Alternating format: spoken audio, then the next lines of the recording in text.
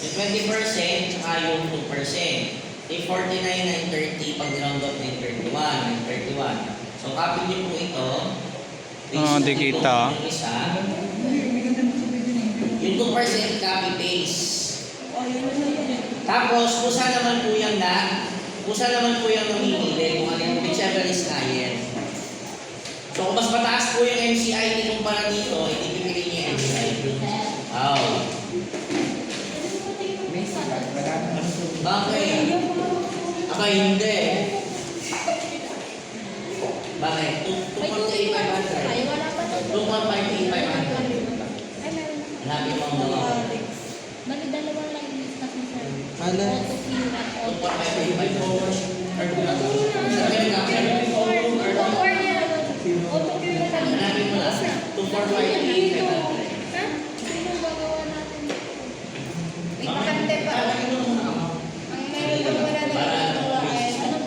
2.45800. Okay. Next po. Next. Makinig. Kakaunting na.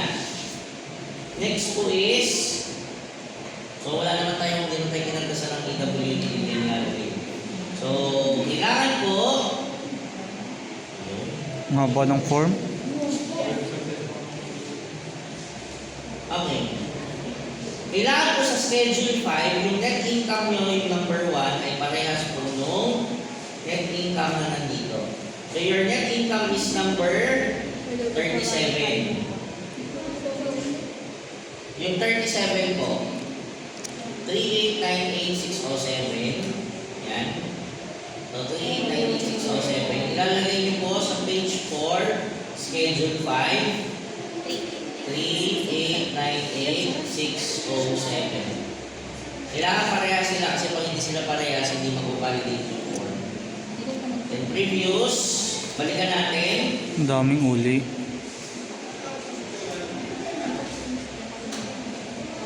So, titingnan po kung balanse na.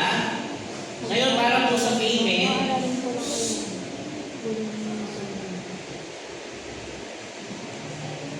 okay, tax due is 349 less, ito na po tayo, number 51,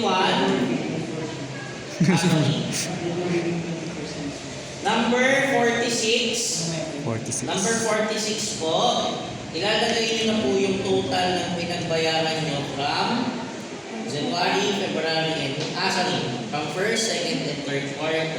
So ito po yung tatlo.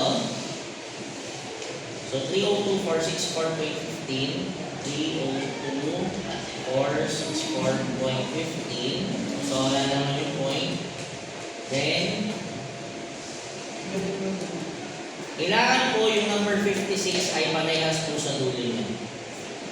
47,467. So hindi po siya parehas. Bakit kaya? So because po sa payment, so hindi po 3. 5. May adjust na lang po, sir. i-adjust nila. 68. So dapat siya ay 66. Para lang po mag-balance. Yun. Then, kailangan po, sabi ko ha, kailangan meron yung number 4, schedule 5. Kasi kung wala, hindi po yung magsisave. Hindi yung mababalidate. Save. Validate. Save validate. Okay. Item number 4, schedule 5. Item number 10 must be equal to 39 part 2. Part 2 pa. 389607. Anong nilagay natin sa number 2? 607 naman. 39. Sorry. Ang total net income is 1,749,653. 1,749,653. 1,709,653. Kakagutong naman yan. Validate.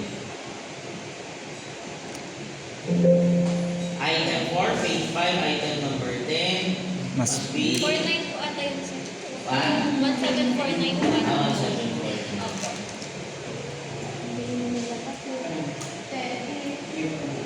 Ah, Same.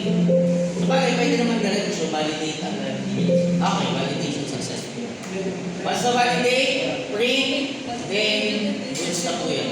Parang awan niyo po, wala akong magsasubmit ng submit final card.